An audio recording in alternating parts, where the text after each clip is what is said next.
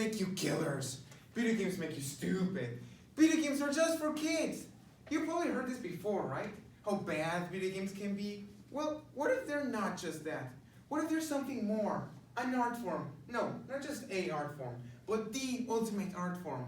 Now, I'm what you could consider to be a gamer. What is a gamer? Well, according to the Oxford Dictionary, a gamer is a person who plays video games or participates in role-playing games. I've been playing video games my whole life, going to amazing worlds and experiencing incredible stories. I'm telling you this because I want you to know this is coming from someone that is passionate about this and that knows what he's talking about. Growing up, I've come to respect video games as an art form, and today I want to explain why. So let's go on a journey through some history, some parallels with art, and dissecting some of the myths that sadly surround it. So let's travel back in time, shall we? The year 1952, with the first video game ever created, OXO, by Sandy Douglas. A simple tic-tac-toe game that you could play against a computer, made to test and experiment the capabilities of the recently invented computer. He probably didn't even imagine how it would come to evolve, because video games didn't stop there. Oh no, time passed, and boom! Welcome to the 70s. Grab your quarters and ride your bikes. It's time to go to the arcade with groundbreaking games like Pong, Breakout, and Space Invaders. Boom! Welcome to the 80s. New franchises are born. Mario Bros, Legend of Zelda, Mega Man. Boom! Welcome to the 90s. 3D graphics have evolved, creating new games and experiences like Doom, Resident Evil, and Mario 64. Boom! Welcome to the early 2000s. Nintendo, Xbox, and PlayStation begin to compete against each other, creating new games like Shadow of the Colossus, Halo, Combat Evolved, and the first Smash Bros. Game. Boom! Welcome to the 2010s. There's a new presence in the gaming community as independent developers create new experiences and new stories like Minecraft, Braid, and Limbo. Games have come a long way from taboo in a frowned upon society to being accepted in an ever-growing community and industry. Now that we know some of the background into video games, it's time to see what is art. Well, art, by definition, is the expression or application of human creative skill and imagination, typically in a visual form, such as painting or sculpture, producing works to be appreciated primarily for their beauty or emotional power. So let's break it down, shall we? The expression or application of human imagination and skill. Well, I think we can all agree that video games fit with this part of the definition. After all, every single game came from the mind of someone.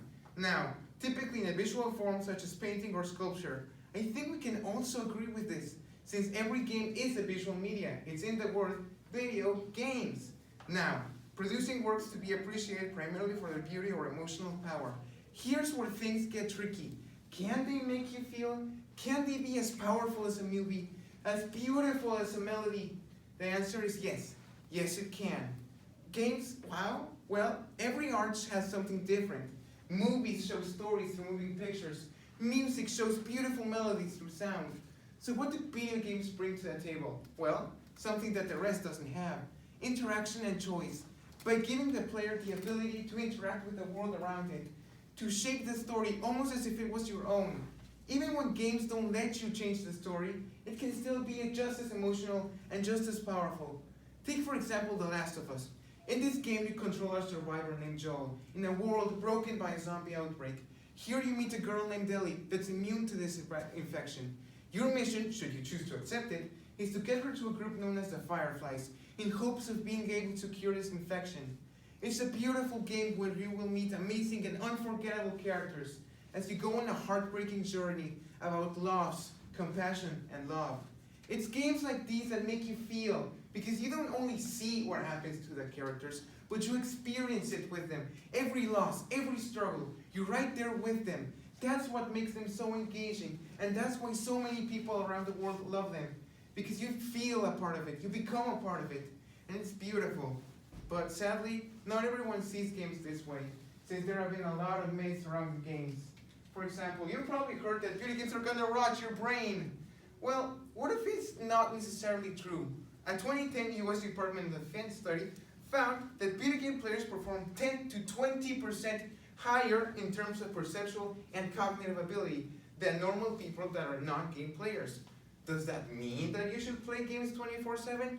No, of course not. Everything used too much can be bad. Even drinking too much water can be bad. Another one you probably heard is that video games make you violent. They make you aggressive. They make you killers. It comes every time and time again with some politician or important figure pointing their finger at video games. Even when time and time again it's been proven wrong.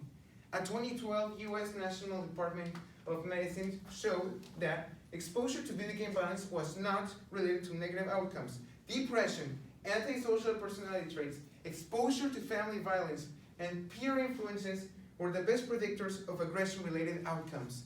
So no, video games don't always make you violent. It always depends on the player. Does that mean that every single gamer is a saint? No, of course not. But you can't let bad apples like those change the community as it is. Another one you already probably heard is that video games are just for kids. They're brainless. You can't take them seriously. And yet, there are games that can show more mature themes and philosophical ideas even better than any of the rest of the arts. Take, for example, That Dragon Cancer. This game was developed by a couple, and it tells a true heartbreaking story of their child that was born and diagnosed with terminal cancer. This game shows you the values of life and what it means to live with someone that has terminal cancer. It's games like, I could go on with examples like these, of games that show unique stories and incredible and beautiful stories that will change your heart and change the way you think. There's always a game out there for everyone. It doesn't matter who you are, what you like, or how old you are. Out there, there's adventure waiting for you, new stories for you to experience, new worlds waiting for you to explore, new characters waiting for you to fall in love with. Games have changed me. They've inspired me. They've made me who I am today. And I've gone through a journey unlike any other, to places strangers than anything you've ever seen. And who knows, maybe you'll go home, maybe alone, maybe with friends. Maybe you'll pick up that controller and you'll go on an adventure you will never forget. Just like I will never forget this one. Thank you.